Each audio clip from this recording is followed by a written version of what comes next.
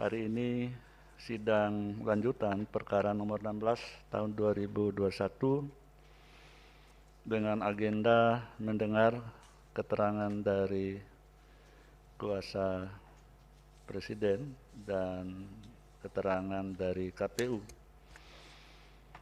Menurut catatan Panitera, semua pihak hadir kecuali DPR dan memang ada surat pemberitahuan. Kita langsung mendengar keterangan dari kuasa Presiden. Keterangan tertulisnya sudah kami terima dan sudah kami baca. Nanti silakan dibacakan poin-poinnya saja, tidak perlu dibaca semua. Silakan.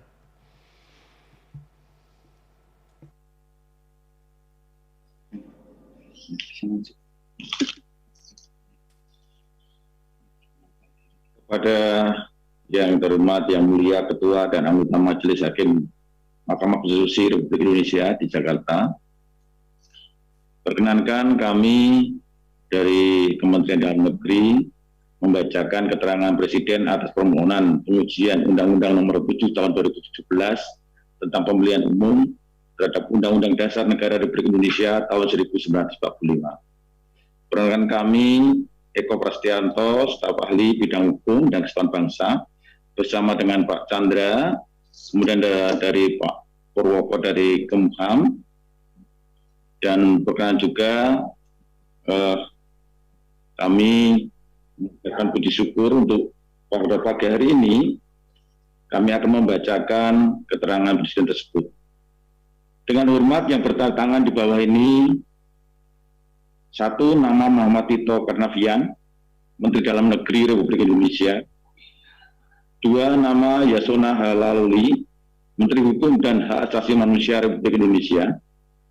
Dalam hari ini bertindak untuk dan atas nama Presiden Republik Indonesia, baik bersama-sama maupun sendiri-sendiri. Yang selanjutnya disebut pemerintah. Perkenankanlah kami menyampaikan keterangan baik lisan maupun tertulis, yang merupakan satu kesatuan yang utuh dan tidak terpisahkan atas permohonan pengujian material pasal 167 ayat 3 dan pasal 347 ayat 1 Undang-Undang Nomor 7 Tahun 2017 tentang Pemilihan Umum, yang selanjutnya disebut Undang-Undang Pemilu, terhadap Undang-Undang Dasar Negara Republik Indonesia tahun 1945, yang selanjutnya disebut Undang-Undang Dasar 1945. Yang dimohonkan Akid Kurniawan, Dimas Permana Hadi, Heri Darmawan, dan Subur Makmur, yang dalam hal ini memberikan kuasa kepada Fatih Ramadhani SH.MH dan kawan-kawan, yang beralamat di Jalan Tebet Timur 4A, nomor 1 Tebet, Jakarta Selatan, yang selanjutnya disebut para pemohon, sesuai registrasi di Kepanitiaan Mahkamah Konstitusi nomor perkara 16/PUU data 19/2021. Selanjutnya perkenalkan pemerintah menyampaikan keterangan sebagai berikut. Angka Romawi 1, pokok permohonan para pemohon. 1. Bahwa setelah pemilu 2019 selesai dilaksanakan, khususnya berkaitan dengan format keserentakaan pemilu, terdapat banyak sekali catatan dan evaluasi terhadap desain keserentakan pemilu. Evaluasi disampaikan oleh banyak pihak, mulai dari pemerintah, partai politik, penyelenggara pemilu, hingga pemilih dan kelompok civil society. 2. Ketentuan di dalam Undang-Undang Pemilu tidak direvisi oleh pembentuk undang-undang. Menurut para pemohon, alasan tidak melakukan revisi telah tidak memenuhi syarat atau kualifikasi di dalam menentukan format keserentakan pemilu, sebagaimana diamanatkan oleh Mahkamah di dalam putusan nomor 55/PUU-17/2019. 3. Keputusan kuasa Presiden langsung ke keterangan pemerintah saja, Pak, pada bagian keterangan pemerintah. Ya, langsung ke Terima kasih, Bapak. Baik. Ya. Penjelasan pemerintah terhadap materi yang dimohonkan oleh para pemohon. 1. Pasal 1 ayat 2 Undang-Undang Dasar 1945 menyatakan bahwa kedaulatan berada di tangan rakyat dan dilaksanakan menurut Undang-Undang Dasar. Makna dan kedaulatan berada di tangan rakyat, yaitu bahwa rakyat memiliki kedaulatan, tanggung jawab, hak dan kewajiban untuk secara demokratis memilih pemimpin yang akan membentuk pemerintahan guna mengurus dan melayani seluruh lapisan masyarakat, serta memilih wakil rakyat untuk mengawasi jalannya pemerintahan. Perwujudan kedaulatan rakyat dilaksanakan melalui pemilu sebagai sarana bagi rakyat untuk memilih pemimpin melalui pemilihan presiden dan wakil presiden yang dipilih dalam satu pasangan secara langsung serta memilih wakilnya yang akan menjalankan fungsi melakukan pengawasan, menyalurkan aspirasi politik rakyat, membuat undang-undang sebagai landasan bagi semua pihak di negara Kesatuan Republik Indonesia dalam menjalankan fungsi masing-masing, serta merumuskan anggaran pendapatan dan belanja untuk membiayai pelaksanaan fungsi-fungsi tersebut. Kedua, Pasal 22E ayat 1 Undang-Undang Dasar 1945 menyatakan bahwa pemilihan umum dilaksanakan secara langsung, umum, bebas, rahasia, jujur, dan adil setiap 5 tahun sekali. Dan pasal 22E ayat 2 Undang-Undang Dasar 1945 menyatakan bahwa pemilihan umum diselenggarakan untuk memilih anggota Dewan Perwakilan Rakyat, Dewan Perwakilan Daerah, Presiden dan Wakil Presiden, dan Dewan Perwakilan Rakyat Daerah.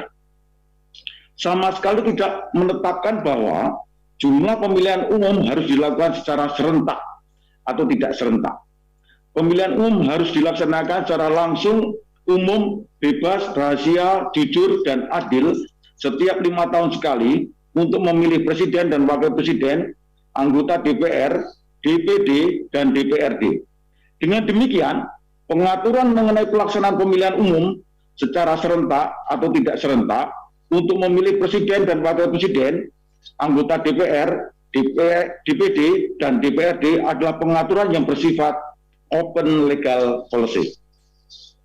3. Pertimbangan Mahkamah pada putusan Mahkamah Konstitusi nomor 14 garing PUU garis datar 11 garing 2013 tentang pengujian Undang-Undang Pemilihan Umum Presiden dan Wakil Presiden terhadap Undang-Undang Dasar 1945 tertanggal 23 Januari 2014, paragraf 3.17, halaman 78 sampai dengan 84, pada intinya menyatakan bahwa putusan Mahkamah ketika mengabulkan permohonan agar pemilu dilaksanakan secara serentak didasari dengan 3 alasan.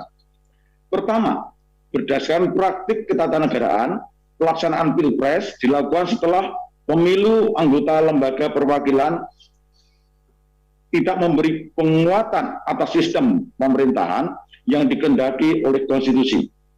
Karenanya tidak sesuai dengan semangat ketentuan pasal 22E ayat 1 dan ayat 2 dan pasal 1 ayat 2 Undang-Undang Dasar 1945.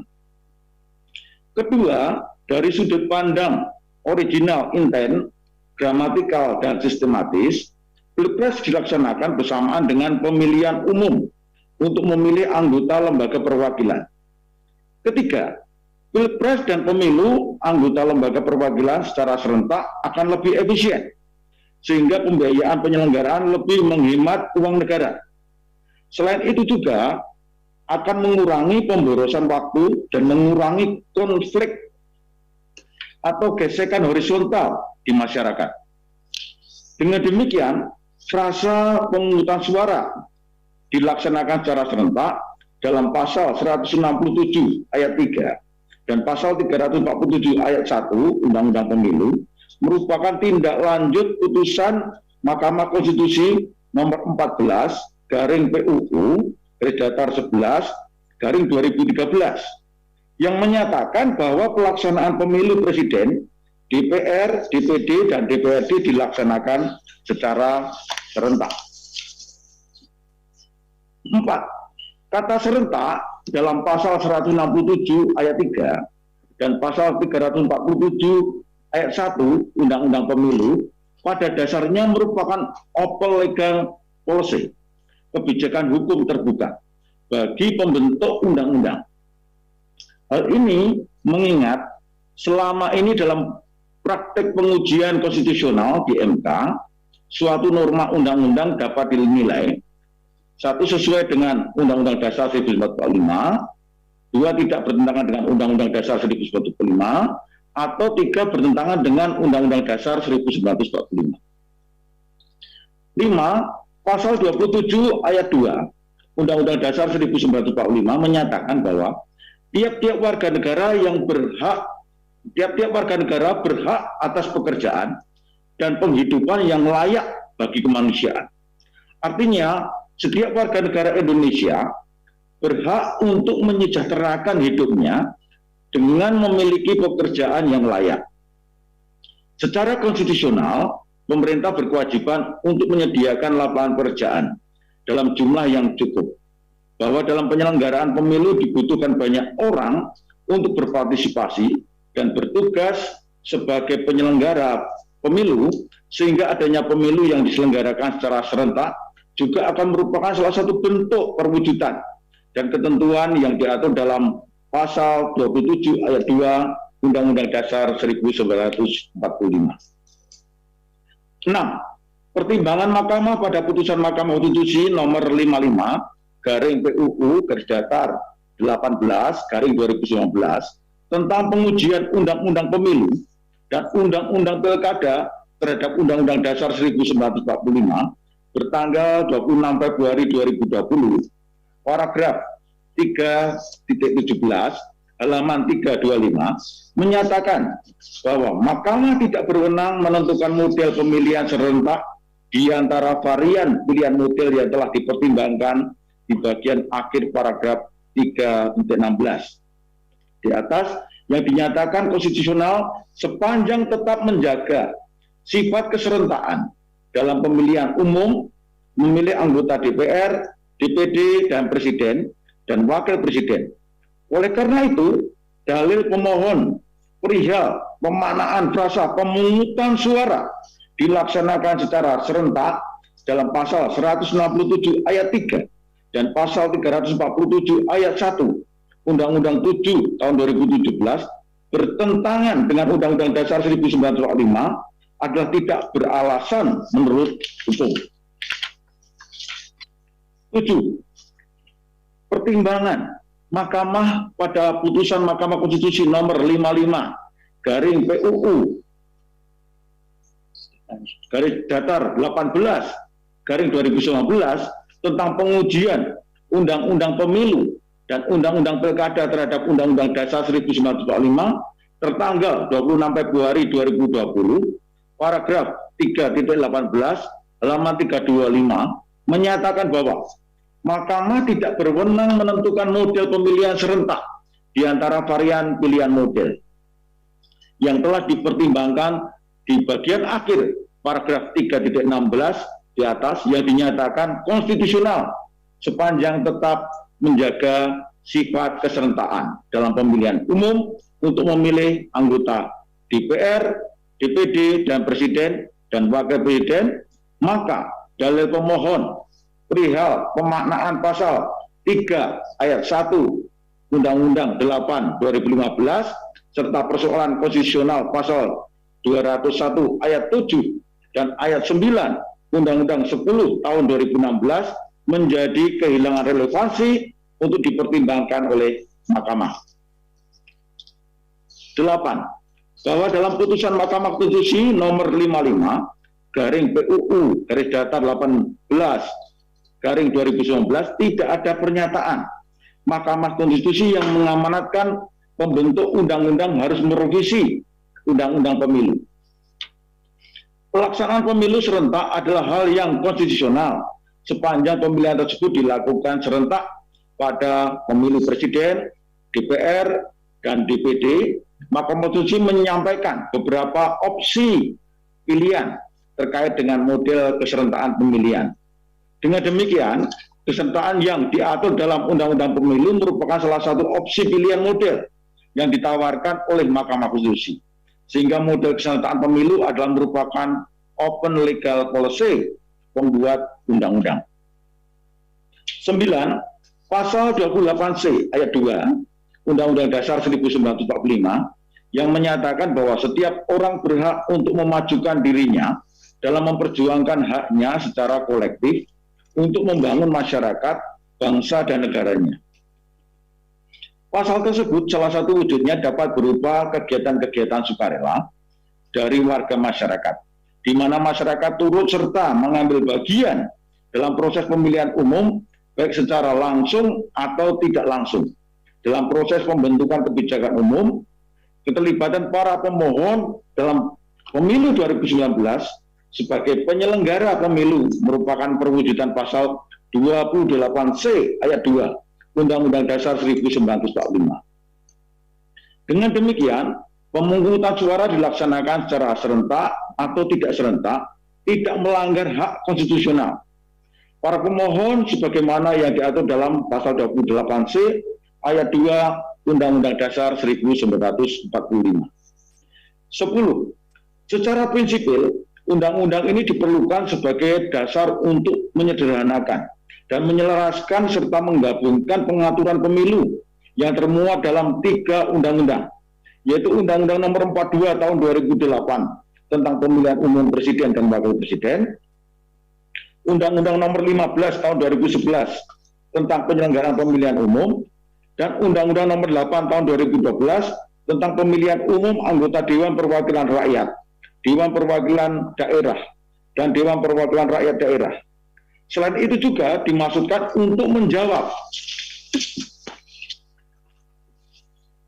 dinamika politik terkait pengaturan penyelenggaraan dan peserta pemilu, sistem pemilihan, manajemen pemilu, dan penegakan hukum dalam satu undang-undang, yaitu Undang-Undang tentang Pemilihan Umum.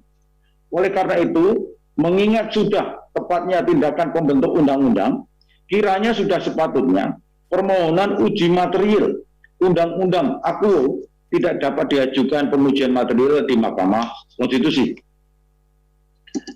11. Dari pengkajian terhadap putusan Mahkamah Konstitusi, ditemukan kondisi-kondisi yang menjadi dasar suatu pembentukan dan garing atau materi undang-undang yang dinilai bersifat open legal policy, yaitu A. Undang-Undang Dasar 1945 memberikan mandat kepada pembentuk undang-undang untuk mengatur suatu materi lebih lanjut, namun tidak memberikan batasan pengaturan materinya. B. Undang-Undang Dasar 1945 tidak memberikan mandat kepada pembentuk undang-undang untuk mengatur suatu materi lebih lanjut.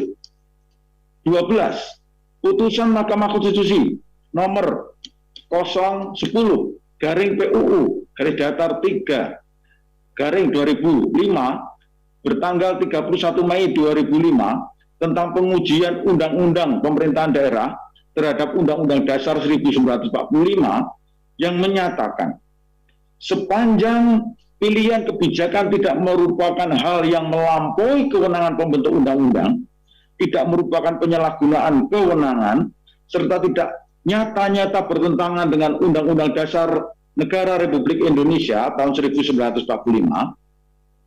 maka pilihan kebijakan demikian tidak dapat dibatalkan oleh Mahkamah. Oleh karena itu, sudah sepatutnya permohonan pengujian Undang-Undang AKUO yang diajukan oleh para pemohon dinyatakan tidak dapat diterima. Need not valid fatwa. 13.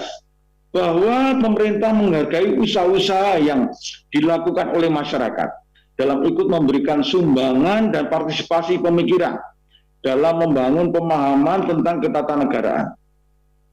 Pemikiran-pemikiran masyarakat tersebut akan menjadi sebuah rujukan yang sangat berharga bagi pemerintah pada khususnya dan masyarakat Indonesia pada umumnya. Atas dasar pemikiran tersebut, pemerintah berharap agar pemohon nantinya dapat ikut serta memberi masukan dan tanggapan terhadap penyempurnaan Undang-Undang AKUO di masa mendatang dalam bentuk partisipasi masyarakat dalam pembentukan peraturan perundang-undangan.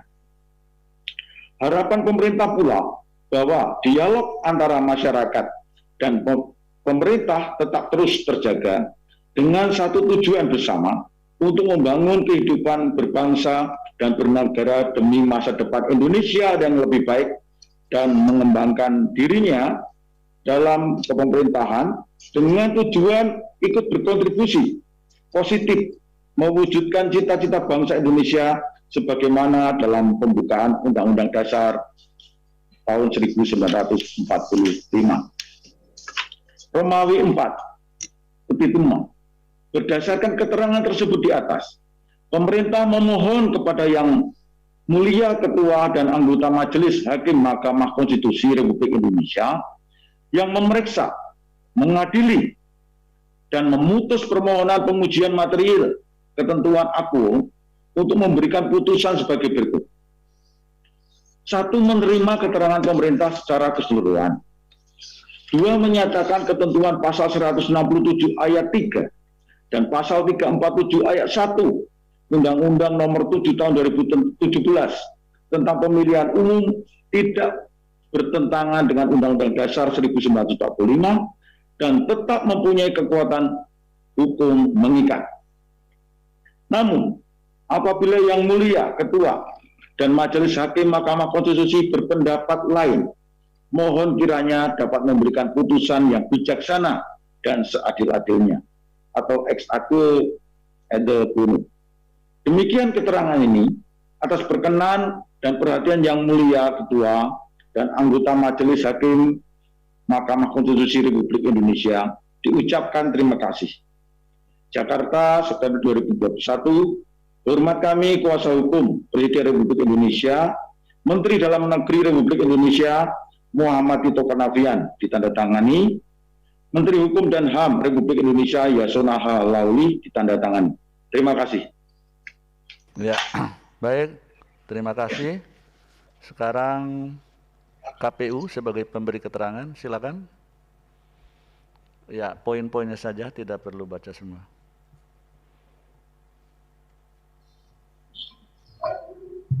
Assalamualaikum warahmatullahi wabarakatuh. Waalaikumsalam. Yang saya hormati Majelis Hakim Mahkamah Konstitusi, para pihak yang kami hormati, pada kesempatan ini hadir Ketua KPU beserta para anggota KPU, Pak Ilham Saputra, Pak Dewa Rakasandi, Bu Evi Nobida Ginting, dan Pak Ari Budiman. Pada kesempatan ini saya akan ditugaskan Hasyim Asyari untuk membacakan keterangan tertulis KPU pada permohonan pengujian Undang-Undang Nomor 16 tahun 2021. Pada dasarnya keterangan tertulis kami kurang lebih 40 halaman dan sudah kami sampaikan kepada majelis.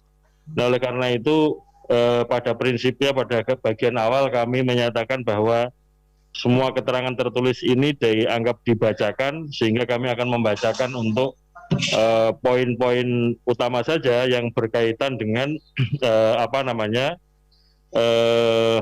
pengalaman KPU sebagai penyelenggara pemilu dalam konteks pemilu serentak sebagaimana yang pernah dialami pada tingkat praktek pemilu 2019 kemarin.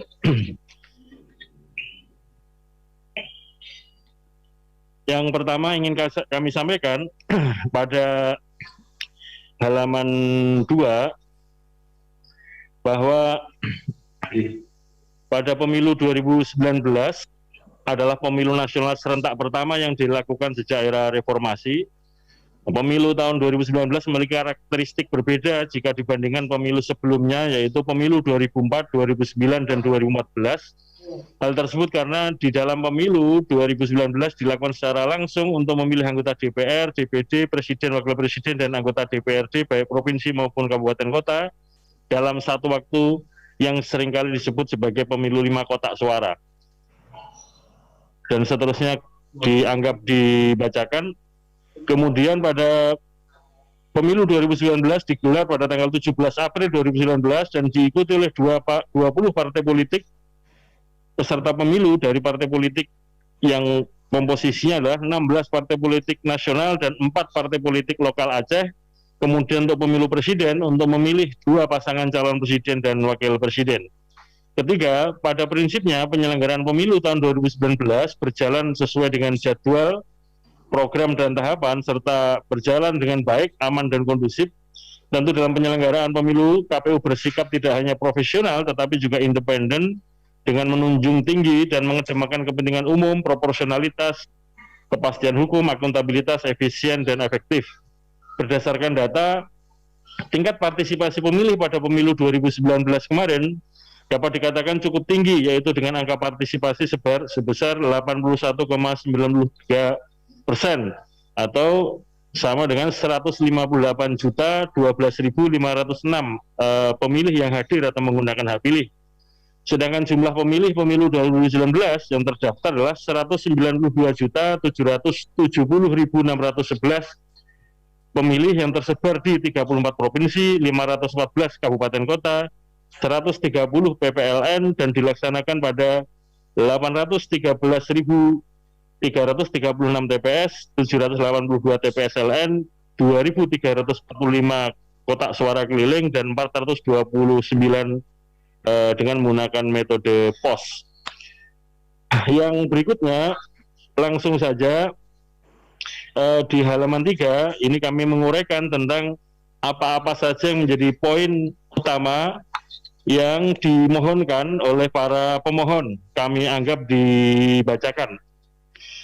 Kemudian di halaman 7 pada angka 11 bahwa pembukaan Undang-Undang Dasar 1945 alinea 4 menyatakan bahwa kemerdekaan bangsa Indonesia itu disusun dalam suatu Undang-Undang Dasar Negara Indonesia yang terbentuk dalam suatu susunan negara Republik Indonesia yang berkedaulatan rakyat. Selanjutnya berdasarkan pasal 1, pasal 4 ayat 1, pasal 7C dan pasal 22E ayat 2 Undang-Undang Dasar 1945, negara Indonesia adalah negara kesatuan yang berbentuk republik dengan sistem pemerintahan presidensial. 12. Bahwa berdasarkan pasal 1 ayat 1, pasal 18 ayat 1, pasal 18 ayat 4 dan pasal 18 ayat 5 Undang-Undang Dasar 45, Indonesia adalah negara kesatuan dengan sistem desentralisasi di mana gubernur, bupati, wali kota masing-masing sebagai kepala pemerintahan daerah, kepala pemerintah daerah provinsi, kabupaten kota yang dipilih secara demokratis dan didasarkan atas prinsip otonomi. Sistem pemerintahan daerah dengan prinsip otonomi dalam hal ini pemerintah daerah provinsi dan pemerintah daerah kabupaten kota berhak mengatur dan mengurus kepentingannya sendiri dalam urusan yang diserahkan oleh pemerintah pusat berdasarkan prinsip otonomi seluas-luasnya kecuali urusan pemerintahan yang oleh undang-undang ditentukan sebagai urusan pemerintah pusat. 13. Berkenaan dengan hubungan sistem pemerintahan presidensial dengan sistem penyelenggaraan pemilu, maka dapat disimpulkan bahwa sistem pemerintahan menentukan sistem pemilu kepala pemerintahan. Sistem dan bentuk pemerintahan presidensial menentukan sistem pemilihan presiden, yang mana hal ini juga berlaku mutatis mutandis dalam sistem pemerintahan daerah provinsi dan pemerintahan daerah kabupaten kota sebagaimana yang termaktub dalam putusan Mahkamah Konstitusi nomor 14 PUU tahun 2013, putusan MK nomor 53 PUU tahun 2017, dan putusan Mahkamah Konstitusi nomor 55 PUU tahun 2019. Bahwa 14, bahwa guna memperkuat sistem pemerintahan presidensial di Indonesia dalam penyelenggaraan pemilu haruslah dikaitkan dengan rancang bangun sistem pemerintahan menurut Undang-Undang Dasar 1945. Salah satu cara penguatan sistem presidensial melalui penyelenggaraan pemilu dapat dilihat dalam pertimbangan hukum putusan Mahkamah Konstitusi nomor 14 tahun 2013 poin 3.17 dan pertimbangan hukum putusan MK nomor 53 2017 pada poin 3.13.7 angka 4 yang pada pokoknya menyatakan hal sebagai berikut dianggap dibacakan. Berkenaan dengan pertimbangan Mahkamah Konstitusi sebagaimana tersebut di atas, upaya penguatan sistem pemerintahan presidensial dengan cara menyederhanakan jumlah partai politik peserta pemilu dapat dikatakan sebagai salah satu cara dari berbagai cara yang lazim dikenal dalam praktik sistem pemerintahan presidensial. Dan seterusnya dianggap dibacakan. 15. Pemilu serentak, concurrent election, adalah pelaksanaan pemilu untuk memilih eksekutif presiden dan anggota legislatif DPR dalam waktu hari yang bersamaan. Sebaliknya, pemilu tidak serentak adalah pelaksanaan pemilu untuk memilih eksekutif presiden dan anggota-anggota legislatif DPR dan pada waktu atau hari yang sama, yang berbeda. Jadi keserentakan ini adalah dalam pengertian eksekutif pemilu presiden dan legislatif pemilu DPR, bukan atau tidak harus memasukkannya dalam arti wilayah atau subwilayah. 16. Dalam pemilu serentak 2019 termasuk dalam kategori pemilu serentak yang bersamaan dengan sebagian dari pemilu daerah, yaitu legislatif, pemilu untuk DPRD provinsi, DPRD kabupaten kota. Akan tetapi ada dua masalah inkonsistensi dalam sistem pemilu serentak yang dipraktekkan di Indonesia saat ini, yaitu A. Terdapat pencampuran dengan logika sistem parlementer, di mana dengan adanya ambang batas presiden tersebut menjadikan pemilu legislatif sebagai prasyarat untuk pemilu eksekutif. Dalam hal ini masukkan logika sistem pemerintahan parlementer ke dalam sistem pemerintahan presidensial. B. Terdapat pencampuran antara variabel sistem pemerintahan dan variabel bentuk negara. Dalam ini dengan asumsi bahwa penyelenggaraan pemilu legislatif daerah dianggap sebagai bagian dari makna pemilu serentak sebagaimana pemilu 5 kotak yang diselenggarakan pada pemilu 2019 yang lalu. 17. Selain permasalahan konsistensi sistem pemilu, sebagaimana dimaksud pada angka 16, masih terdapat beberapa permasalahan dalam penyelenggaraan tahapan pemilu serentak 2019. Adapun permasalahan dimaksud diantaranya adalah sebagai berikut. A. Penyelarasan agenda pemerintahan dengan agenda pembangunan. Dilihat dari logika penyelenggaraan pemerintahan pusat dan pemerintahan daerah haruslah berada di dalam kerangka berpikir yang sama, selaras, dan seimbang. Tidak berjalan secara optimal karena pemilihan kepala daerah, pasangan gubernur, bupati, wali kota dengan DPRD dalam anggota DPRD provinsi dan DPRD kabupaten kota tidak diserentakkan. Kepala daerah sebagai perpanjangan tangan pemerintah pusat sekaligus sebagai penyelenggara otonomi daerah untuk tujuan pembangunan nasional akan menghadapi perubahan konfigurasi politik yang berubah-ubah ketika pemilihan kepala daerah tidak diserentakkan dengan pemilihan anggota DPRD baik tingkat provinsi maupun tingkat kabupaten kota. Pentingnya keselarasan, kesamaan, dan keseimbangan di dalam penyelenggaraan pemerintahan pusat dan pemerintahan daerah pada pokoknya telah diatur dalam pasal 18 ayat 3 Undang-Undang Dasar Negara Republik Indonesia tahun 1945 yang pada pokoknya mengatur bahwa pemerintahan daerah provinsi, kabupaten kota memiliki DPRD yang anggotanya dipilih melalui pemilu. B. Konsekuensi logis atas penyelenggaraan pemilu dengan 5 kotak suara adalah dengan bertambahnya jumlah TPS, di mana pada pemilu 2014 pengalaman pemilu 2014 terdapat 545.803 TPS dan pada pemilu 2019 kemarin jumlah TPS bertambah menjadi 801.838 TPS atau dengan kata lain terjadi kenaikan atau penambahan jumlah TPS sebesar 46,9%. Dengan bertambahnya jumlah TPS pada pemilu 2019 yang hampir 2 kali lipat jumlah TPS pada pemilu 2014, maka menambah beban pelaksanaan distribusi karena penambahan jalur distribusi baru yang merupakan persoalan distribusi logistik, salah satunya keterlambatan datangnya logistik pemungutan dan penghitungan suara di TPS pada H-1 sehingga terjadi pelaksanaan pemungutan suara susulan pada 2.249 TPS.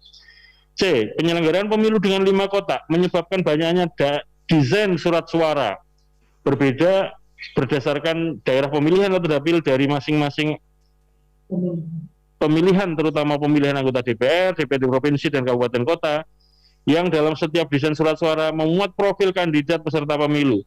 Banyaknya desain surat suara tersebut berpengaruh terhadap proses pencetakan dan pendistribusian surat suara yang sangat berisiko terjadi kesalahan dalam pencetakan dan atau tertukarnya surat suara dalam proses pengiriman ke masing-masing dapil yang pada pemilu 2019 menjadi salah satu penyebab pelaksanaan pemungutan suara ulang. Hal tersebut bisa dilihat dari bertambahnya jumlah dapil di pemilu 2019 dibandingkan dengan pemilu 2014 yang berimplikasi pada desain surat suara dan distribusi logistik. Hal tersebut tergambarkan pada tabel berikut ini. Pada pemilu 2014 terdapat 2.472 dapil. Kemudian pemilu 2019 terdapat 2.593 dapil. Konsekuensinya KPU harus mendesain surat suara. Faktanya dalam hal ini terdapat 2.593 dapil yang artinya membawa konsekuensi teknis berupa pembuatan 2.593 desain surat suara. Sehingga sekiranya pemilu lokal, dalam arti pemilu kepala daerah dan pemilu anggota DPRD provinsi, kabupaten, kota, dipisahkan dari pemilu nasional, maka yang akan dikelola KPU untuk pemilu nasional adalah 104 dapil atau 104 desain surat suara. Dikaitkan dengan beban kerja penyelenggara pemilu sendiri, maka akan berkurang secara signifikan mempengaruhi beban kerja penyelenggara. D. dibutuhkan tambahan waktu dalam proses pemungutan penghitungan suara sebagaimana putusan Mahkamah Konstitusi nomor 20 PUU tahun 2019. Terdapat 29.710.175 suara yang tidak sah pada pemilu DPR RI atau sebesar 19,02% dari total jumlah pemilih, dan terdapat 3.754.905 suara yang tidak sah pada pemilu DPD RI atau sebesar 2,37% dari total jumlah pemilih. Penyebabnya banyaknya suara yang tidak sah salah satunya karena kebingungan pemilih untuk memberikan pilihan pada 5 surat suara sekaligus. Sebagaimana tergambarkan dalam hasil penelitian LIPI menyatakan bahwa sebesar 74% pemilih menyatakan kesulitan dalam melakukan pemungutan suara. Hal tersebut disebabkan salah satunya oleh banyaknya kandidat yang berpartisipasi dalam pelaksanaan pemilu sebagaimana data pada pemilu 2019 kemarin. Berdasarkan data di atas, KPU mengelola dari jumlah calon 2 pasangan calon presiden, untuk calon DPR 8.075 calon, DPD 813 calon, untuk DPRD provinsi 28.912 calon, dan DPRD kabupaten kota 207.860 calon. Berdasarkan dari atas, dikaitkan dengan mekanisme pemberian suara, sekiranya pemilu lokal atau pemilu daerah dipisahkan dari pemilu nasional, maka akan dapat lebih memberikan kemudahan bagi pemilih dalam memberikan suaranya. Sedangkan bagi partai politik, maka partai politik akan lebih mudah dalam melaksanakan rekrutmen dan seleksi bakal calon. F. Pelaksanaan kampanye pemilu lebih didominasi oleh 1. Kampanye pemilu presiden dan wakil presiden daripada kampanye pemilu anggota DPR, DPD, dan DPRD. 2. Kampanye pemilu untuk isu urusan pemerintahan nasional oleh kedua pasangan calon presiden daripada isu urusan pemerintahan daerah atau otonomi daerah. Dan 3. Persaingan antar calon dari partai yang sama di daerah pemilihan yang sama daripada persaingan antar partai politik peserta pemilu. G. Beban kerja penyelenggara pemilu badan ad hoc dan implikasinya pada setiap tahapan penyelenggaraan pemilu. 1. Badan ad hoc penyelenggara pemilu pada pemilu 2019 yang lalu, berdasarkan data pada pemilu 2012 terdapat 810.329 TPS, sedangkan pada pemilu luar negeri 2019 terdapat 780 TPS LN, 2.347 kotak suara keliling, dan 423 pos.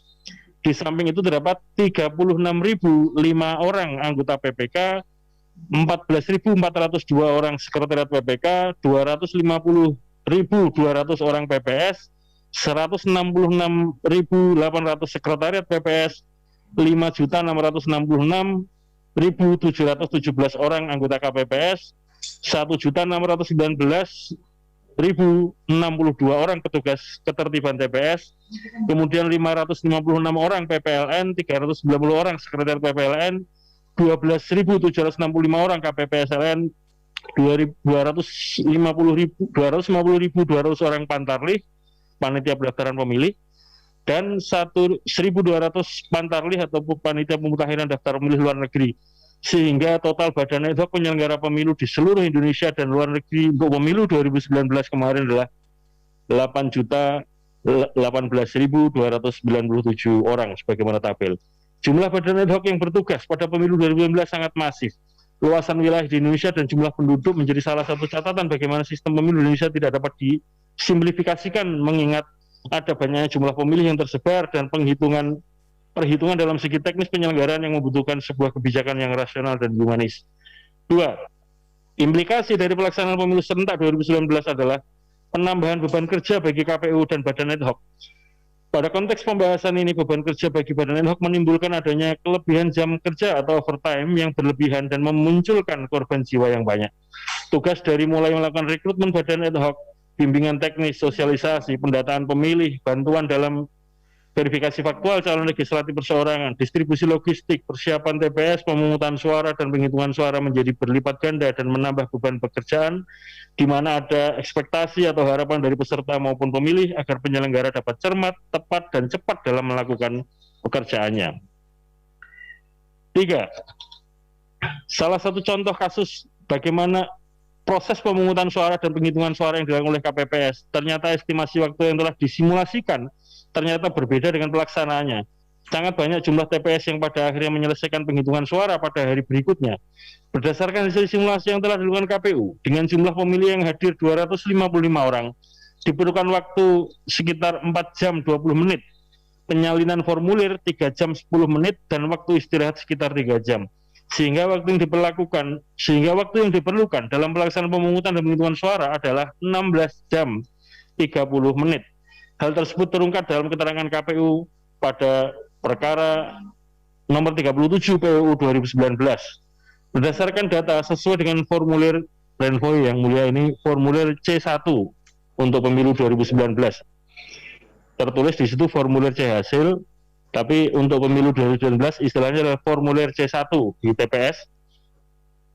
Sebagaimana juga telah KPU sampaikan dalam persidangan perkara nomor 37 PUU 2019 tersebut, dapat diketahui durasi waktu untuk melaksanakan penghitungan suara di beberapa TPS sebagai berikut. Kami menyampaikan ada 1, 2, 3, 4. Ada 15 contoh TPS-TPS kegiatan mulai dari pemungutan suara sampai dengan penghitungan suara. Di antaranya yang melampaui hari H sehingga kemudian penyelesaiannya pada hari berikutnya dianggap dibacakan. Berdasarkan data tersebut, waktu yang diperlukan untuk melaksanakan proses penghitungan suara paling lama adalah di TPS 15 Cempaka Permai, Gading Permai Bengkulu. Di TPS tersebut, penghitungan baru dapat diselesaikan pada pukul 13 waktu Indonesia Barat pada hari berikutnya atau hari berikutnya setelah hari pemungutan suara, yaitu tanggal 18 April 2019. 4. Selanjutnya, terkait dengan honor yang diterima petugas dalam melaksanakan berbagai tugas sebagaimana deskripsi di atas. Berdasarkan surat Menteri Keuangan nomor S-188 tanggal 19 Februari 2016, perihal penetapan standar biaya honorarium tahapan pemilihan umum anggota DPR, DPD, DPRD, Presiden dan Wakil Presiden, serta tahapan pemilihan gubernur, bupati, wali kota serentak dapat diuraikan sebagai berikut. Gambaran singkat pada rinciannya ada pada tabel. Kami akan menyampaikan poin-poinnya saja. Jadi untuk di dalam negeri, ketua PPK itu honornya adalah 1.850 orang, satuannya orang per bulan. Kemudian untuk anggota PPK 1.600.000 per orang per bulan, kemudian sekretaris 1.300.000 per orang per bulan. Untuk PPS pada tingkat desa kelurahan, ketua PPS honorariumnya per orang per bulan 900.000, anggota 850.000, kemudian sekretaris 800.000. Untuk Pantarlih, petugas pemutakhiran daftar pemilih per orang per bulan 800.000. Kemudian KPPS, kelompok penyelenggara pemungutan suara di TPS,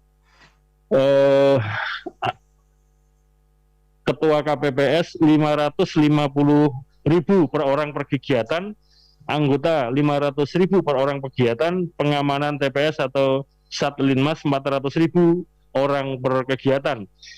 Untuk panitia pemilihan di luar negeri atau PPLN, honor untuk ketua adalah 8 juta per orang per bulan. Kemudian untuk anggota 7.500.000 orang per bulan. Kemudian untuk tugas pemutakhiran daftar pemilih di luar negeri adalah 6.500.000 per orang per bulan.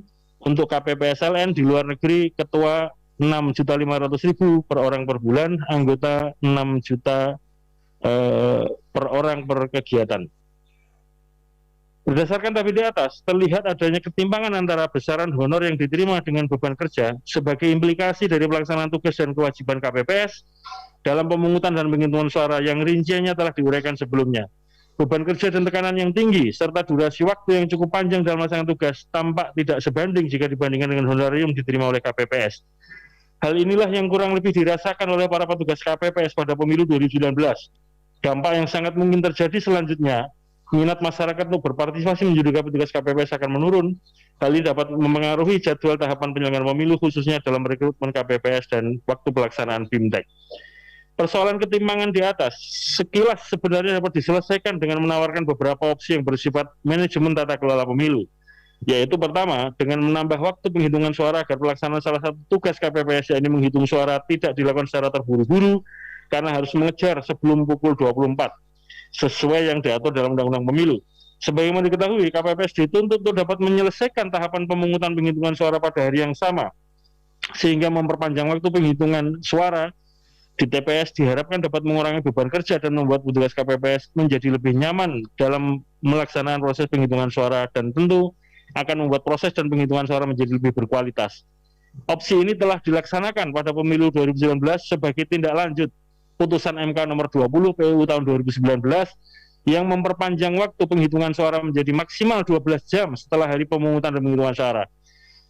Dilihat dari durasi waktu pelaksanaan tugas, putusan tersebut untuk memberikan jalan keluar agar KPPS tidak terburu-buru dan dapat lebih rileks atau nyaman dalam melaksanakan tugasnya. Namun dalam perspektif beban kerja, perpanjangan waktu tersebut justru menambah beban kerja KPPS karena dalam durasi tersebut KPPS dihadapkan oleh kewajiban untuk menjaga dan mengamankan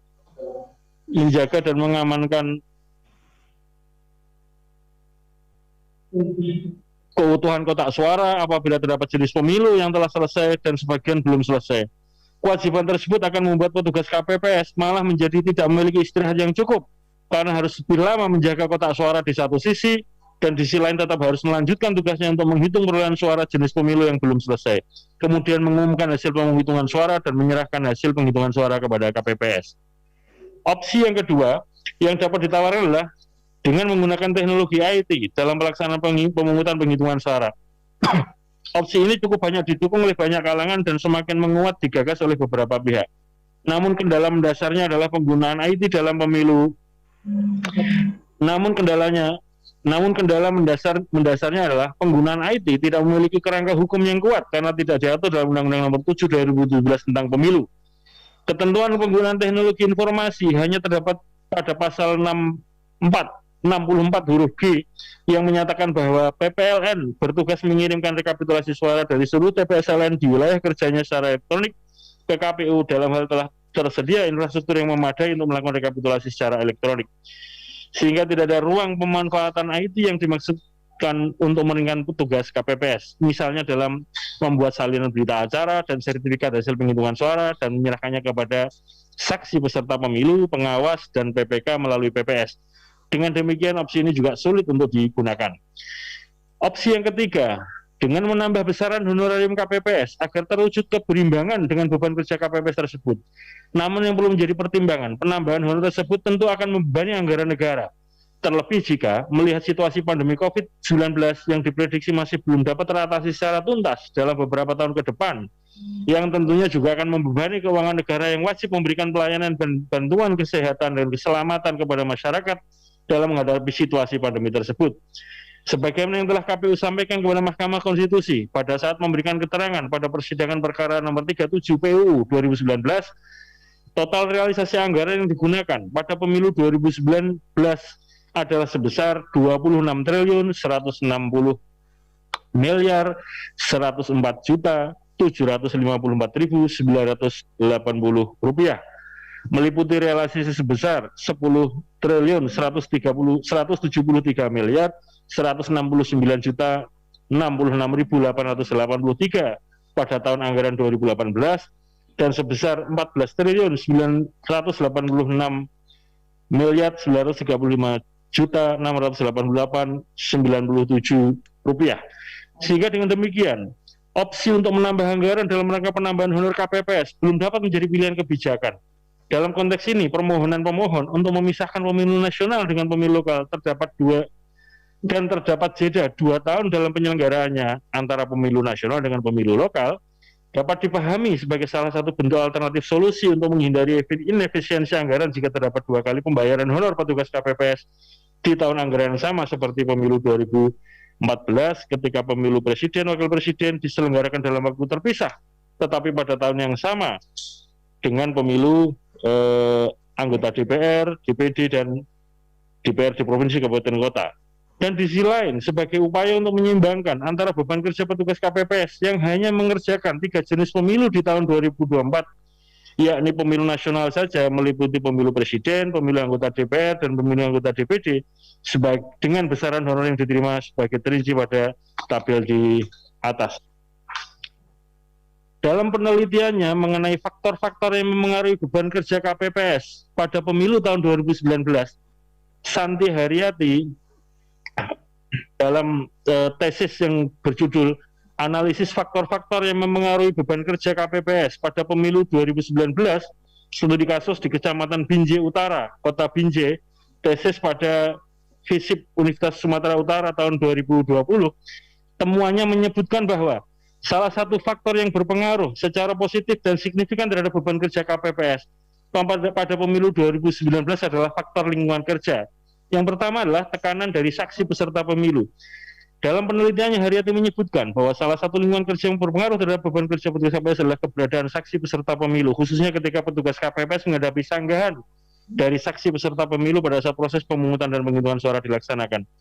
Keberadaan saksi peserta pemilu sangat penting untuk menjamin penyelenggaraan pemilu berlangsung dengan luber dan jurdil dan sesuai dengan peraturan perundang-undangan. Saksi yang hadir dalam proses pemungutan penghitungan suara wajib menyerahkan mandat tertulis dari pasangan calon atau tim kampanye, partai politik, peserta pemilu, atau calon anggota DPD kepada KPPS. Hal ini menunjukkan saksi adalah utusan resmi yang mewakili peserta pemilu. Saksi peserta pemilu memiliki hak yang cukup istimewa dan dijamin dalam Undang-Undang Nomor 7 2017. Undang-Undang tersebut mengatur ketentuan bahwa saksi berhak mengajukan keberatan terhadap jalannya pemungutan penghitungan suara apabila terdapat hal yang tidak sesuai dengan ketentuan perundang-undangan. Saksi juga berhak memperoleh berita acara pemungutan dan penghitungan suara serta sertifikat hasil penghitungan suara yang ditandai oleh petugas KPPS dan saksi peserta pemilu yang hadir. Pemilu 2019 yang merupakan pemilu 5 kota yang diselenggarakan secara serentak memiliki implikasi kepada KPPS. Salah satu implikasi yang banyak terjadi adalah kuatnya tekanan yang dialami oleh KPPS dalam menghadapi saksi peserta pemilu. Hal ini dapat dilihat dari proses pemungutan penghitungan suara yang cukup panjang karena memerlukan waktu rata-rata sekitar 18 hingga 24 jam di TPS. Pada proses pemungutan suara, waktu yang digunakan pada proses pemungutan suara, waktu yang digunakan relatif sama karena sudah diatur dalam ketentuan perundang-undangan, yaitu pada pukul 7 sampai 13 waktu setempat. Pada prakteknya, jalannya pemungutan suara kerap diwarnai dengan keberatan dan intervensi keberatan dari saksi peserta pemilu. Jika keberatan yang diajukan sesuai dengan aturan berlaku, tentu hal tersebut wajar dilakukan. Namun jika tindakan saksi cenderung melakukan intervensi terhadap petugas dan kewenangan petugas KPPS, dan hal ini sering terjadi, hal tersebut merupakan tindakan yang tidak dapat dibenarkan. Sebagai contoh, kasus yang sering terjadi adalah pemilih yang dikenal atau tim pendukungnya yang tidak berhak memilih, tetap berupaya menggunakan hak pilihnya. Hal ini menunjukkan meskipun KPPS telah menjalankan tugasnya sesuai ketentuan perundang-undangan, namun karena tekanan begitu kuat, akhirnya KPPS pada kebanyakan kasus tidak bisa berbuat apa-apa. Pada tahapan penghitungan suara, dinamika yang terjadi pada setiap jenis pemilihan menjadi cukup rumit. Jika proses pemungutan suara hanya berlangsung selama 6 jam, tidak demikian yang terjadi pada proses penghitungan suara, yang memerlukan waktu rata-rata 15-18 jam. Tahapan penghitungan suara menjadi sangat sulit diprediksi karena persoalan yang dihadapi cukup beragam di setiap TPS. Banyak jenis pemilihan juga menambah waktu pembukaan surat suara saat proses pembacaan hasil masing-masing jenis pemilihan. Hal ini diperkuat dengan putusan Mahkamah Konstitusi nomor 20 PU tahun 2019 terkait dengan penambahan waktu penghitungan suara.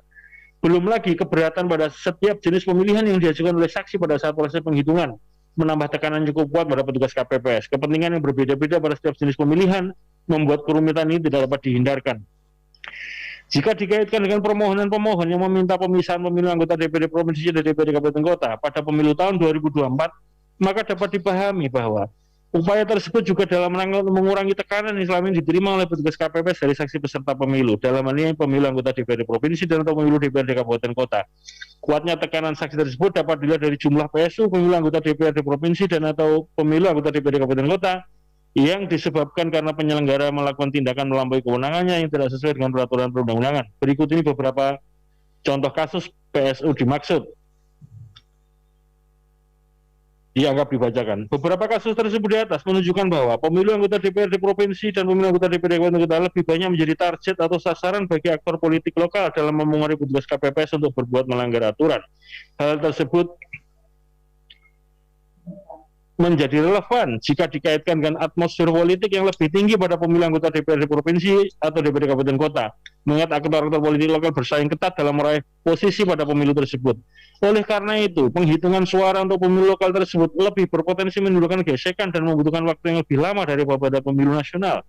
Hal tersebut sebagaimana diakui oleh Dedi sebagai salah satu petugas KPPS dari TPS 48 Kampung Ciputat, Kelurahan Andir, Kecamatan Bale Endah, Kabupaten Bandung, Jawa Barat. Dedi menyebutkan bahwa pemilu 17 April lalu begitu melelahkan, yang bikin lama itu penghitungan DPRD, kan anak-anaknya banyak. Kalau penghitungan capres-cawapres sih cepat, cuma karena ini ada 5 kotak, kan jadi seperti kerja 5 kali.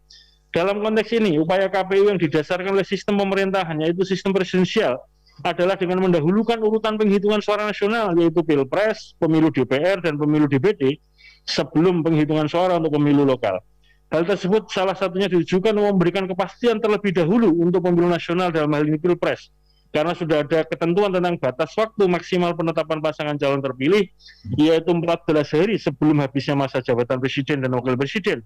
Dan karena itu tidak boleh terlambat agar tidak terjadi kekosongan jabatan presiden dan wakil presiden.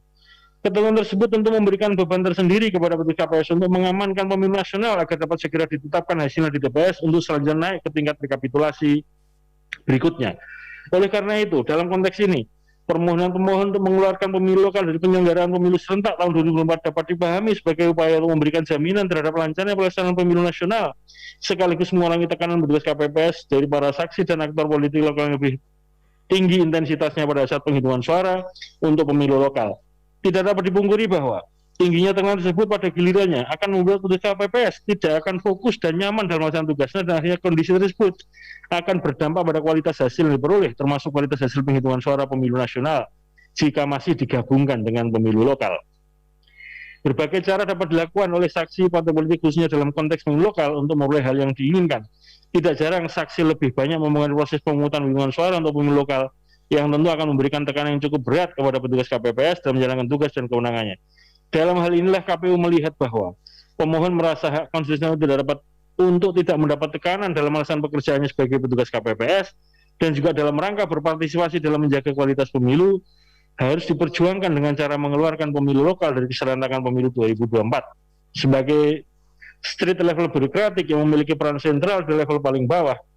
Memang menjadi penting untuk melindungi hak-hak KPPS sehingga dapat menjalankan tugas dan kewajibannya dengan baik, bebas dan dari rasa takut, memiliki rasa aman, lepas dari tekanan, intimidasi, intervensi terhadap mental maupun fisik, dan hal tersebut dijamin oleh konstitusi. Namun pada prakteknya KPU melihat bahwa pemohon merasakan beratnya beban sebagai penyelenggara pemilu karena adanya keserentakan antara pemilu nasional dan pemilu lokal tersebut, dan sebaliknya dapat menjadi lebih ringan apabila dilakukan pemisahan antara pemilu nasional dan pemilu lokal tersebut. B. Temuan berikutnya adalah tekanan dari pemilih. Dalam penelitiannya, Santi Haryati dalam tesisnya menemukan, juga menyebutkan bahwa salah satu faktor lingkungan kerja yang mengaruhi beban kerja KPPS adalah ketika menghadapi berbagai macam watak pemilih. Dalam uji validitas faktor tekanan dari pemilih yang dilakukan oleh Haryati menunjukkan bahwa hipotesis Haryati bahwa variabel dari pemilih berpengaruh secara positif terhadap beban kerja KPPS adalah valid. Pada pemilu 2019, kategori pemilih yang dapat menggunakan hak pilihnya sesuai dengan ketentuan pasal 348 ayat 1 Undang-Undang Nomor 7 2017 tentang Pemilu antara lain: 1. Memiliki KTP-L, memiliki KTP elektronik yang terdapat pada DPT di TPS yang bersangkutan. 2. Pemilik KTP elektronik terdaftar pada DPTB, pemilik KTP elektronik yang tidak terdaftar pada DPTB dan DPTB. Kemudian yang keempat adalah penduduk yang telah memiliki hak pilih. Dalam pelaksanaan pemungutan suara, KPPS wajib melayani setiap kategori pemilih untuk memastikan tidak ada pemilih yang hilang hak konstitusionalnya. Pelayanan tersebut tentu tidak dapat menyimpangi dari ketentuan peraturan perundang-undangan yang berlaku. Namun pada prakteknya, saat pelaksanaan pemungutan suara, terdapat berbagai faktor dan kondisi yang menyebabkan pelayanan yang diberikan oleh KPPS kepada pemilih tidak sesuai peraturan perundang-undangan. Kondisi yang memengaruhi KPPS dalam melayani pemilih dapat berasal dari faktor internal maupun eksternal. Faktor internal meliputi antara lain pemahaman petugas KPPS terhadap ketentuan perundang-undangan, kecakapan petugas dalam berkomunikasi dengan pemilih. Faktor eksternal meliputi antara lain informasi yang berkembang di masyarakat dan perilaku pemilih saat berada di TPS. Pada pemilu 2019 yang lalu, permasalahan pelayanan petugas KPPS kepada pemilih cukup memberikan tekanan bagi petugas KPPS. Perselisihan antara petugas KPS dengan pemilih kerap terjadi disebabkan oleh tuntutan pemilih untuk menggunakan hak pilihnya di TPS bersangkutan. Hal ini tidak jarang menimbulkan perselisihan yang berujung pada tindakan kekerasan atau aksi anarkis antara petugas KPS dengan pemilih. Pada pemilu 2019, kategori pemilih yang kerap menimbulkan masalah adalah kategori pemilih tambahan. Ya, Pak ini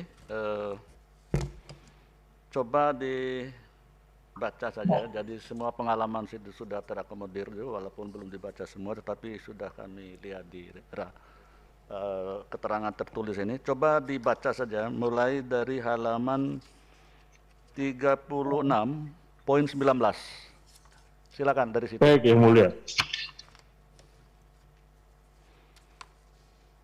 Keterangan tertulis ini sudah dibacakan. Saya lanjutkan sebagaimana arahan dari majelis, halaman 36 angka 19. Ya, silakan. Berdasarkan uraian sebagaimana dimaksud di atas, permasalahannya bukan terletak pada sebuah terminologi pemilu yang menyerentakkan penyelenggaraan pemilu eksekutif dan pemilu legislatif secara bersamaan di waktu yang sama, melainkan lebih pada pilihan skema atau jenis pemilu serentak itu sendiri. Mahkamah Konstitusi, pembentuk undang-undang dalam hal ini DPR dan Presiden, dan penyelenggara pemilu, tidak menghitung potensi kompleksitas dan kerumitan implementasi penyelenggaraan pemilu serentak 2019. Apalagi pada saat yang sama berlaku sistem proporsional terbuka dengan mekanisme suara terbanyak untuk pemilu legislatif, DPR, DPRD provinsi dan kabupaten kota yang diikuti oleh 16 partai politik peserta pemilu tingkat nasional. Selanjutnya, berkenaan dengan kompleksitas dan kerumitan teknis pemilu, khususnya di tingkat TPS yang dilakukan oleh KPPS. Jadi, berbagai masalah yang muncul di balik pemilu serentak 2019 yang lalu tidak semata-mata terkait keserentakan pemilu, melainkan lebih pada pengaturan durasi waktu pemungutan suara dan pemungutan suara di TPS oleh KPPS yang sangat tidak manusiawi. Berdasarkan sebagaimana telah diuraikan di atas dan dikaitkan dengan permasalahan penyelenggaraan pemilu di Indonesia saat ini, salah satu skema atau model yang ideal diterapkan di Indonesia sebagaimana diusulkan oleh para akademisi melalui Electoral Research Institute adalah pemilu serentak yang memisahkan antara pemilu serentak nasional dan pemilu serentak lokal yang diselenggarakan 30 bulan sesudah pemilu serentak nasional. Pemilu serentak nasional diselenggarakan oleh untuk memilih eksekutif dan legislatif tingkat nasional, yaitu pasangan calon presiden, wakil presiden, anggota DPR, dan anggota DPD. Sedangkan pemilu serentak lokal atau daerah untuk memilih eksekutif dan legislatif di tingkat lokal atau daerah, yaitu pasangan calon gubernur, wakil gubernur, bupati, wakil bupati, wali kota, wakil wali kota, serta anggota DPRD provinsi dan DPRD kabupaten kota. Pemisahan penyelenggaraan pemilu nasional dan penyelenggaraan pemilu lokal jauh lebih menjamin demokrasi daripada pemilu serentak yang diberlakukan saat ini. Hal ini dapat dibuktikan dengan alasan sebagai berikut. A. Skema pemilu serentak yang memisahkan antara pemilu nasional dan pemilu lokal menjanjikan terbentuknya pemerintahan hasil pemilu yang lebih efektif karena presiden terpilih dan kekuatan mayoritas di DPR berasal dari parpol atau koalisi parpol yang sama.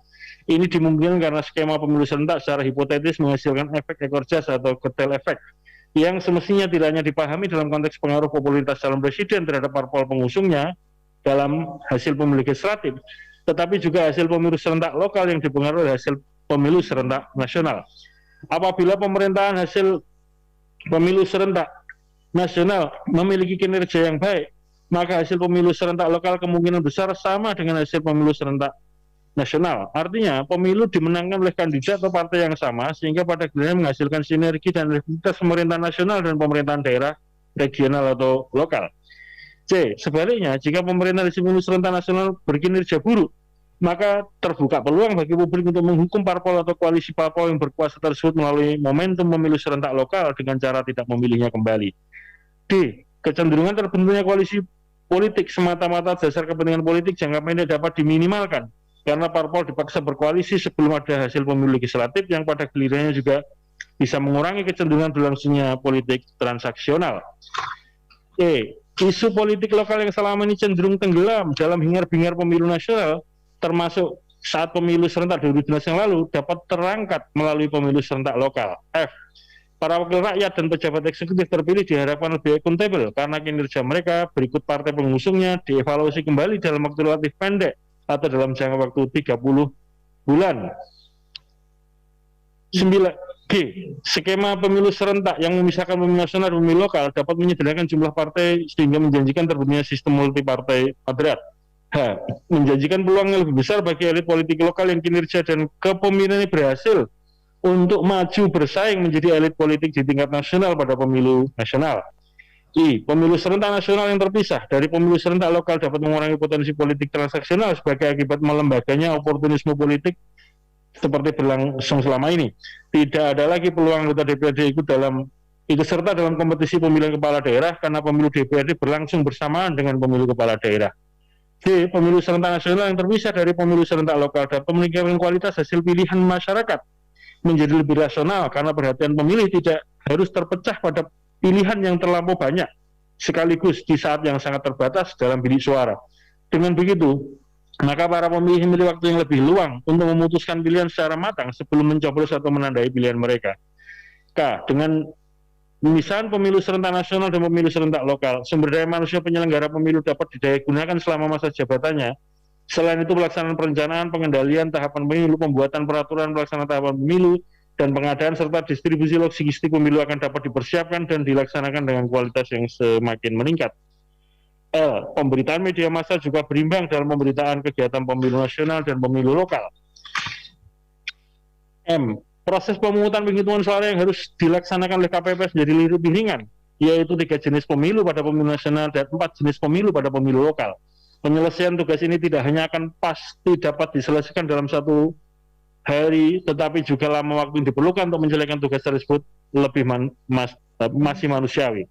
Dan N. Mahkamah Konstitusi dan lembaga yang diberi wewenang dalam penyelesaian penyelenggaraan dalam pemilu nasional dan pemilu lokal dapat menyelesaikan dengan volume pekerjaan yang relatif manusiawi juga.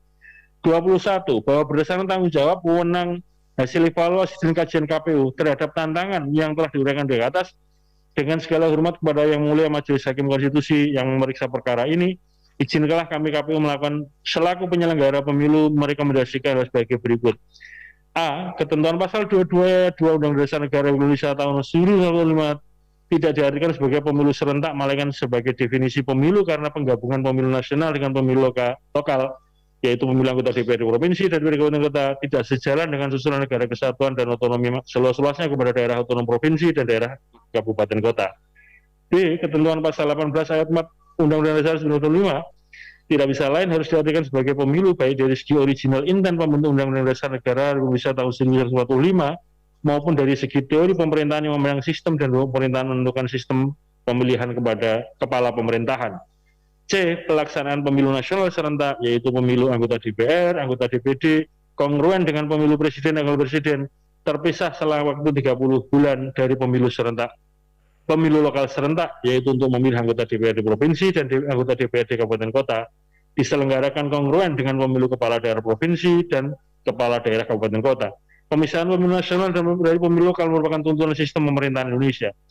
Di penyelenggaraan pemilu kepala daerah, dalam ini pemilihan pasangan calon gubernur, bupati, wali kota merupakan bagian dari pemilu sebagaimana dimaksud pada Undang Nomor 7 2017. Berkenaan dengan dimaksud perlu untuk dilakukan kodifikasi hukum berkaitan dengan pengaturan pemilu, penyatuan pengaturan Undang Nomor 7 2017 dan Undang-Undang Pemilihan atau Undang-Undang Pilkada sebagaimana telah diatur di Undang-Undang Nomor 1 2015 beserta perubahannya. Dan E. Berkenaan dengan kompleksitas penyelenggaraan tahapan pemilu, direkomendasikan untuk memanfaatkan ilmu dan teknologi informasi dalam kepemiluan sebagaimana yang pernah dipraktekkan, yaitu Sirekap, sistem informasi rekapitulasi hasil penghitungan suara dan lain sebagainya. Sebelum kami akhiri, Yang Mulia, ada sedikit renvoi untuk halaman 12. Ya, silakan. Halaman 12 huruf E berkaitan dengan jumlah suara tidak sah. Untuk pemilu presiden, suara tidak sah adalah 3.754.905 suara atau setara dengan 2,37%. Kemudian untuk pemilu DPR RI, suara tidak sah sebesar 17.503.953 suara atau setara dengan 11,12%. Kemudian untuk pemilu DPD, suara tidak sah setara dengan 29.710.175 suara atau setara dengan 19,02%. Demikian majelis keterangan yang dapat kami sampaikan. Atas perhatian Yang Mulia, Ketua dan Majelis Hakim Konstitusi kami ucapkan terima kasih. Ketua Komisi Pemilihan Umum Republik Indonesia bertanda tangan Ilham Saputra. Demikian majelis, terima kasih atas kesempatan yang diberikan. Assalamualaikum warahmatullahi wabarakatuh. Waalaikumsalam. Ya, terima kasih. Ada pendalaman atau pertanyaan dari meja hakim, baik untuk kuasa presiden maupun untuk KPU. Silakan Yang Mulia Prof. Saldi. Terima kasih Pak Ketua. Terima kasih kepada pemerintah yang sudah menyampaikan keterangan dan juga kepada KPU RI yang sudah menyampaikan keterangan sebagai pihak terkait. Saya mulai dari pemerintah mengikuti penjelasan lisan tadi dari pemerintah. Kami ingin penjelasan yang jauh lebih komprehensif yang disampaikan oleh pemerintah, karena permohonan ini berkait dengan permohonan nomor 16 ini berkait dengan putusan Mahkamah Konstitusi sebelumnya, putusan 55. Tolong kami dijelaskan juga di keterangan, ditambahkan dan dilengkapi keterangan ini, apa saja yang sudah dilakukan oleh pemerintah menindaklanjuti putusan Mahkamah Konstitusi nomor 55 itu. Sekalipun kami Mahkamah menempatkan salah satu opsi model pemilu 2019 itu sebagai konstitusional, namun pemerintah harus memahami opsi-opsi itu lahir karena ada problem yang terjadi dalam penyelenggaraan pemilu 2019. Nah, oleh karena itu, tolong kami dibantu juga memberikan penjelasan apa yang sudah dilakukan terkait dengan semangat yang ada dalam putusan tersebut. Apalagi kami membaca pemerintah dan DPR tidak akan melakukan revisi terhadap Undang-Undang Pemilihan Umum. Nah, tolong kami dijelaskan, ini yang pertama. Yang kedua, karena permohonan ini juga bertitik tumpu memisahkan pemilu nasional dengan pemilu lokal, tolong pemerintah juga memberikan penjelasan apa yang sudah dipersiapkan kalau kemungkinan itu terjadi dengan memisah pemilu lokal dan pemilu nasional itu, terutama berkaitan dengan bahwa ada pemikiran Pilkada 2022-2023 itu akan disatu padukan dengan penyelenggaraan Pilkada pada tahun 2024. Bagaimana misalnya, yang perlu dijelaskan juga, kalau pada akhirnya ada kebijakan pembentuk undang-undang atau apapun namanya, mengatakan ini tidak tepat menyatukannya, sehingga yang 2022-2023 itu digabung menjadi satu tahapan, misalnya dilaksanakan 2022, akhir atau tengah, lalu kemudian sisanya itu diselenggarakan pada selesai penyelenggaraan pemilu 2024. Misalnya bisa saja dilakukan pada 2026. Nah, tolong pemerintah menjelaskan kemungkinan-kemungkinan ini. Karena menurut kami pasti pemerintah sudah memperhitungkan implikasi-implikasi dari berbagai model pilihan yang dicantumkan dalam putusan Mahkamah Konstitusi nomor 55. Dan satu poin penting yang harus dijelaskan pemerintah adalah resiko menumpuk penyelenggaraan pilkada ke tahun 2024, maka akan muncul banyak sekali dan bisa jadi hampir semuanya itu kepala daerah, baik bupati, wali kota maupun gubernur akan caretaker. Jadi karena di ketentuan kita kan 6 bulan atau berapa bulan menjelang pemungutan suara atau setelah ditetapkan sebagai calon itu kan orang harus ditetapkan sebagai tidak boleh menjabat sebagai kepala daerah, apakah gubernur, wakil gubernur, bupati dan wali kota itu. Sudahkah diperhitungkan oleh pemerintah risiko ada di satu titik semua kepala daerah berada pada posisi caretaker. Berapa banyak yang harus disiapkan oleh pemerintah?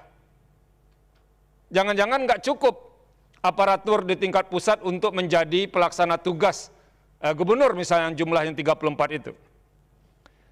Tolong juga dijelaskan kepada kami apa resiko administratifnya kalau semuanya itu menjadi caretaker. Dan ini sudah harus dipikirkan pemerintah dan desain itu harus diceritakan kepada kami.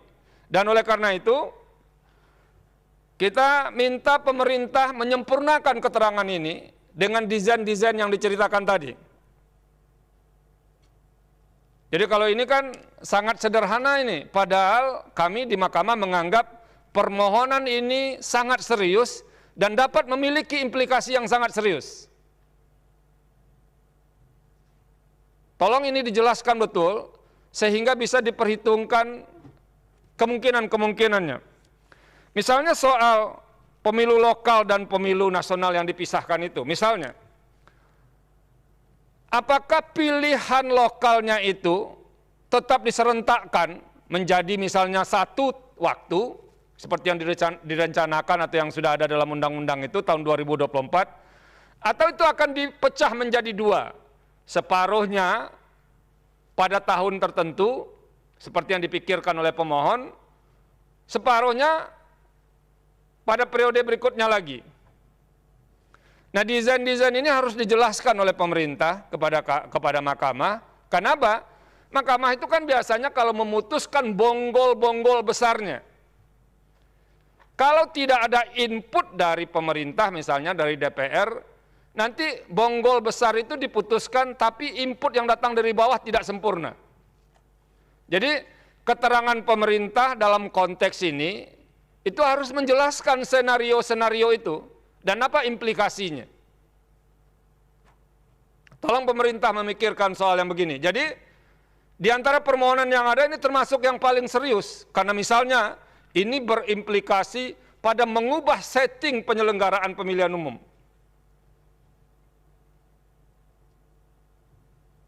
Nah, itu harus dipikirkan oleh pemerintah. Oleh karena itu, kami berharap pemerintah memberikan keterangan itu yang jauh lebih komprehensif dibandingkan dengan ini. Bahkan dalam bayangan saya, harusnya pemerintah, karena ini sudah berjarak 1,5 tahun dari putusan sebelumnya, sudah punya setting masing-masing pilihan yang ditentukan oleh Mahkamah Konstitusi itu. Kalau pilihan 1 ini settingnya, pilihan 2 ini settingnya, pilihan 3 ini settingnya, sampai pilihan berikutnya. Kenapa? Kami dalam putusan itu mengatakan prinsip dasar pemilu serentak dalam sistem presidensil itu adalah tetap menjaga keserentakan pemilihan eksekutif di tingkat pusat dengan legislatif di tingkat pusat. Nah, di luar itu masih sangat mungkin dilakukan berbagai skenario. Nah, tolong pemerintah menjelaskan itu kepada kami dan diskusikan dengan serius. Nah, itu yang disampaikan kepada Mahkamah. Ini perlu kami sampaikan, kenapa? Kami perlu dapat gambaran yang komprehensif soal setting yang dikemukakan oleh pemohon. Ini untuk pemerintah. Untuk KPU, kalau didengar tadi penjelasan KPU itu kan keberatan dana sekian dan segala macamnya. Ini akan terjadi penumpukan keuangan negara. Dipecah pun sebetulnya kan uangnya begitu banyak juga, tapi memang dicicil pelaksanaannya. Nah, itu kalau soal uang. Jadi argumentasinya ini bukan argumentasi soal beban. Itu iya, bukan soal anggaran negara tidak penting, apalagi dalam situasi seperti ini. Tapi tolong KPU juga membantu kami, kalau misalnya tidak ada pilihan lain tetap diselenggarakan dengan pola 2019, apa yang bisa Anda tawarkan berdasarkan pengalaman menyelenggarakan kemarin itu agar korban tidak seperti yang kemarin, lalu kemudian proses untuk melaksanakan amanat konstitusi dalam pemilihan itu bisa dilakukan dengan baik. Misalnya begini, KPU. Kalau keluhannya tadi waktu jam kerja yang bertambah banyak, bisakah saudara membantu kami untuk menjelaskan bagaimana misalnya kalau dengan senario seperti 2019, karena pilihan politiknya misalnya tidak mau mengubah undang-undang pemilu, bisa nggak di masing-masing TPS itu dibagi dalam sub? Misalnya ini ada petugas KPPS yang subnya bahagian Pilpres dan DPD, sekian orang. Kemudian ada petugas yang untuk menghitung, merekap hasil di DPR RI. Kemudian ada petugas yang merekap untuk pemilihan provinsi, untuk DPRD provinsi dan DPRD kabupaten kota. Jadi mungkin bisa ada 3 atau 4 sub yang bekerja seharian. Yang harus dipikirkan memang bagaimana menyederhanakan pemilih untuk menggunakan hak pilihnya. Tapi kalau dalam penyelenggaraan itu kan bisa dengan menambah armada di tingkat panitia pemungutan suara di TPS. Risikonya jelas anggaran akan bertambah dan segala macamnya itu. Nah itu risiko yang tidak bisa dihindarkan. Tapi tolong dicari juga, dijelaskan juga kepada kami, karena harus ada penjelasan yang komprehensif. Bagaimana kalau terjadi penambahan sub seperti itu? Kalau dibagi misalnya di 3 sub, ini sub ini, sub ini, sub ini, itu pasti waktunya akan jauh lebih cepat dalam penyelesaiannya. Atau mungkin jangan terpaku harus diselesaikan juga. Hari ini pemungutan suara, besoknya hasilnya harus keluar. Sistem apakah yang bisa dibangunkan oleh KPU, sehingga kalau penghitungan itu berlangsung 1, 2, atau 3 hari, itu tidak terjadi kecurigaan terhadap proses penghitungan itu. Atau misalnya di Amerika yang maju kemarin itu juga, ketika terjadi ribut-ribut Donald Trump dengan Joe Biden itu penghitungan suara manualnya kan lama sekali ditunggu, sampai beberapa hari. Nah, tolong KPU juga menjelaskan soal-soal yang seperti ini kepada kami, dan agar kami punya pengetahuan yang agak lebih komprehensif juga terhadap pilihan-pilihan seperti itu. Nah, itu yang paling penting. Dan satu lagi untuk apa? Untuk pemerintah, kami belum membaca di keterangan Presiden ini, apa sih argumentasi sesungguhnya pemerintah dan DPR tidak mau memperbaiki undang-undang pemilu itu. Tolong disampaikan juga ke kita argumentasi itu. Padahal di putusan Mahkamah Konstitusi sebelumnya itu sudah ada beberapa alternatif ditawarkan. Alternatif itu tidak akan muncul oleh Mahkamah kalau kemudian tidak ada problem yang muncul di mana-mana dalam penyelenggaraan pemilu 2019 kemarin. Nah, itu saja yang mungkin ditambahkan. Jadi sekali lagi, pemerintah, kami berharap keterangan pemerintah jauh lebih komprehensif dibandingkan yang ini. Jauh lebih komprehensif. Artinya apa? Sebagai orang yang menyiapkan rancang bangun untuk desain pemilu, karena itu bisa menjadi undang-undang, menurut logika kami, mestinya pemerintah dalam hal ini Kementerian Dalam Negeri sudah punya senario-senario dari pilihan-pilihan yang ada dalam putusan Mahkamah Konstitusi sebelumnya itu.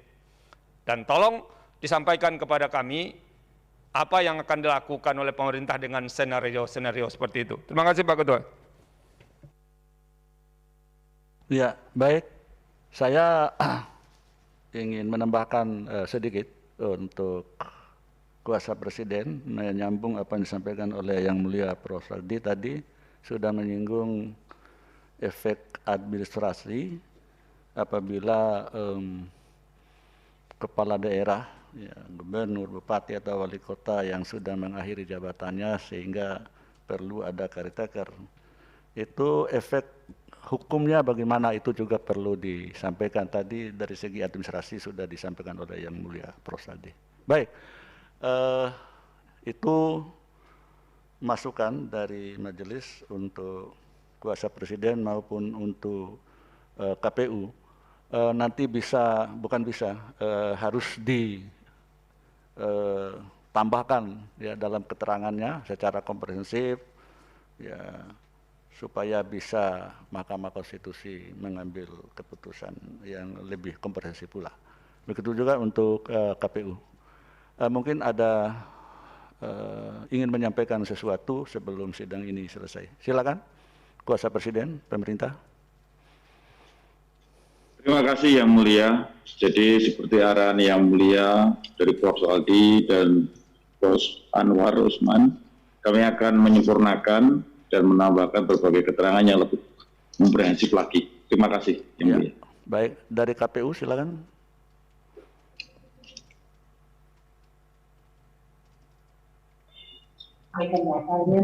Terima kasih Yang Mulia. Terhadap apa yang disampaikan Yang Mulia tadi, kami akan menyampaikan keterangan tambahan secara tertulis tentang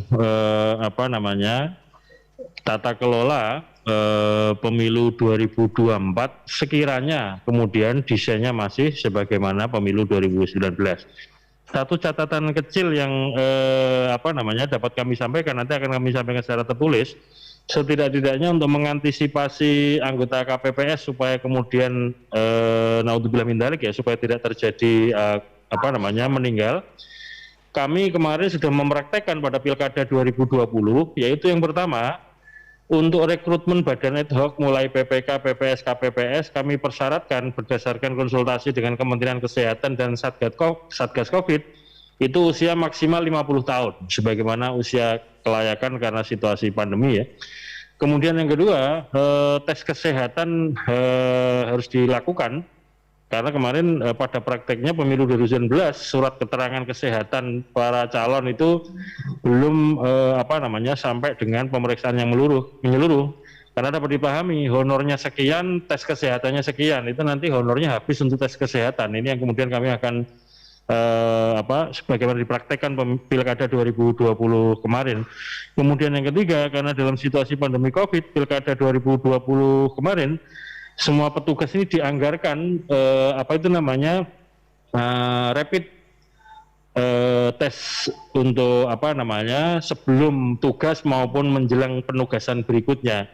Ini juga kita akan tempuh, tapi sebagai konsekuensinya tentu saja Yang Mulia pasti akan ada sekiranya ya pemilu 2024 nanti situasinya masih situasi pandemi COVID, tentu pasti dibutuhkan atau akan dimunculkan biaya tambahan untuk aspek kesehatan para petugas ini. Ini yang sudah pernah kami praktekkan di Pilkada 2020 kemarin. Demikian Yang Mulia, nanti keterangan tambahan akan kami sampaikan secara tertulis. Terima kasih.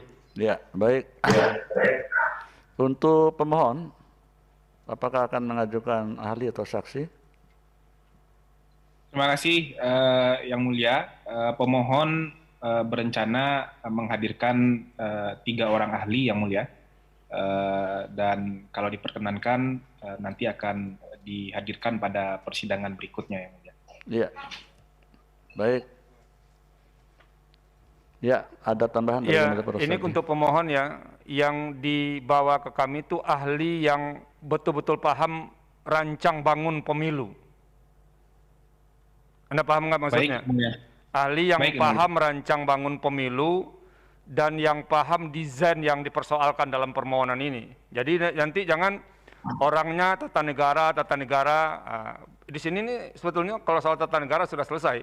Yang kami perlukan itu adalah orang yang mampu menjelaskan rancang bangun pemilu dengan tujuan permohonan saudara itu. Dan mampu menjelaskan apa risiko-risiko administratifnya, risiko hukumnya, risiko ini dan segala macamnya dengan rancang bangun yang saudara minta itu. Nah itu ahlinya yang seperti itu yang kami maui. Jangan kemudian yang sekedar bicara pasal ini begini, tidak terlalu relevan pasal-pasal itu dijelaskan ke kami. Baik Yang Mulia. Terima kasih Pak Ketua. Ya, saya nambahkan Pak Ketua. Iya, silakan Yang Mulia Prof. Arif. Pemohon dan kemungkinan juga pemerintah atau KPU yang akan nanti bisa mengajukan ahli, dimulai dari pemohon.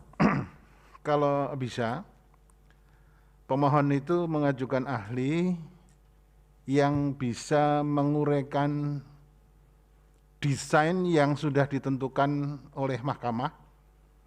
Ada berapa kemungkinan desain itu, bagaimana desain itu, misalnya A, kalau itu diterapkan, Risiko sebagaimana yang dijelaskan oleh Prof. Sadi itu bisa dijelaskan. Ada risiko yuridisnya, ada risiko sosiologisnya, ada risiko filosofisnya, sampai ke risiko anggaran dan sebagainya. Itu bisa. Jadi tidak menumpuk memberikan keterangan yang tidak menguraikan desain yang sudah ditentukan dalam putusan MK. Atau kemungkinan bisa juga mempunyai pemikiran baru di luar desain yang sudah diputuskan oleh MK. Sehingga itu akan memperkaya MK pada waktu akan memutus perkara ini. Terima kasih Pak Ketua. Ya, terima kasih Yang Mulia. Jadi itu pemohon sudah jelas ya, ahli yang harus dihadirkan. Baik Yang Mulia. Baik. Untuk itu, sidang ini ditunda hari Senin tanggal 27 September 2021 jam 11.00 WIB dengan agenda mendengar keterangan DPR dan 3 orang ahli dari pemohon. Dengan catatan CV dan keterangan tertulis dari pemohon harus diserahkan paling tidak 2 hari sebelum hari sidang dan dilampiri juga surat izin dari masing-masing kampus atau dari kantor sekiranya itu dosen atau pegawai. Sudah jelas ya? Baik, sangat jelas Yang Mulia. Terima kasih. Baik, Yang Mulia. terima kasih. Pemerintah dan KPU juga terima kasih atas keterangannya. Dengan demikian sidang selesai dan ditutup.